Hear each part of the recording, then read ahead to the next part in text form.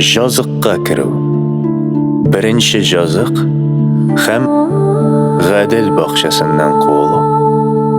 Жылан Еваны алды. Алла барлыққа кетірген бітін қайбыннардан ең қайлақары жылан болған. Ол қатын қыздан сұраған: Алла сізге бақшадан бір нәрседе ашарға қушмауы дұрыс ма? Бізге бітін жемішлерні де ашарға жарай. Бақша ортасындағы жақшылық білән жаманлықның білу ағашының жемішлерін ашарға жарамай. Деген қатын қыз. Алла біз өлмәс үшін аның жемішлерін ашамасқа да, оларға тұтынмасқа да қошқан.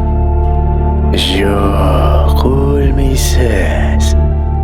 Деген жылан қатын қызға: Бұл жемішлерні ашағаш, сіз өзіңізді Алла кебек жақшылық білән жаманлықны нәсте екенін айыра тұрған боласыз. Бұл турыда Алла біле. Қатын қыз бұл ағашның жемішлерін тағын бір тапқыр көріп, аның азыққа жарақлы, матур һәм кішіге білім бергенін аңлаған. Ол ағаштан жемішні үзіп, ашаған. Аннары үзінің иренә дә берген. Алар шунда ук үзләренең жалаңгаш икәннәрен күреп, агач жапракларыннан киемнәр жасап кигәннәр. Кич белән бакчада алар Алланың килгәнен ишетеп, агачлар артына качканнар. Алла Адәмгә: Син кая? Дигән. Адәм анарга: Мин синең килгәнеңне ишеткәч, жалангач булуымнан ыелып качтым, дип җавап биргән. Син жалангач икәнеңне сиңа кем әйтте? Мин сиңа ашарга кушмаган агачтан җимеш ашамадыңмы? Син үзең миңа биргән катын кыз бирде шул җимешләрне. Мин ашадым, дип җавап бирде Адәм. Нәстә өчен эшләдең моны? Дип сораган Алла катын кыздан. Бу барысы да жылан эше. Ул алдады. Мин ашадым, диде катын кыз. Шуннан соң Алла жыланга әйткән: Моны эшләгәнеңә күрә, син барлык кайбаннар арасында каргалып, бөтен гомерең буе түшендә шуышып йөрерсең һәм тупрак белән туенырсың. Мин сине катын кыз белән гомерлеккә дошман итәм. Шулай ук аның нәселе дә синең белән дошманлашыр.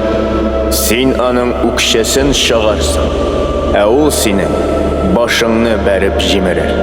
Катын кызга Алла әйткән: Синең авырлы чагың ширдә узар.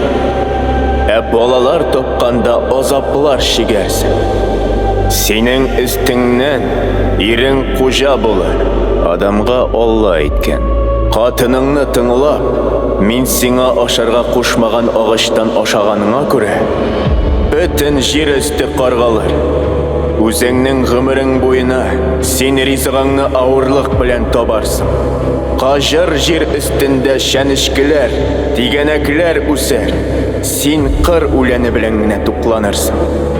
Син тирләп пешеп, эшләп әпәй ашарсың. Җирдән син жаралгансың, шулай ук кире тупракка кайтырсың. Адәм үзенең катынына Ева дип исем кушкан. Бу тормыш икәнен аңлата. Ул кажыр җирдә яшәүче барлык кешеләрнең беренче анасы булды.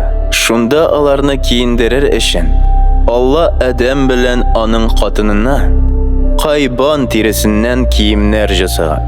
Шуннан соң Алла әйткән: Моны кажыр, кеше нәстә ул жақшылык, жаманлык икәнен белеп, Алла кебек булды.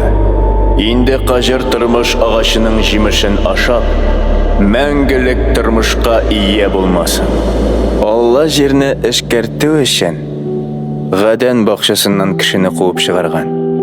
Бакча җанында тормыш агачына бара торган юлны сакларга фәрештәсен куйган. Менә шулай кешеләр беренче жазыкка кергәннәр.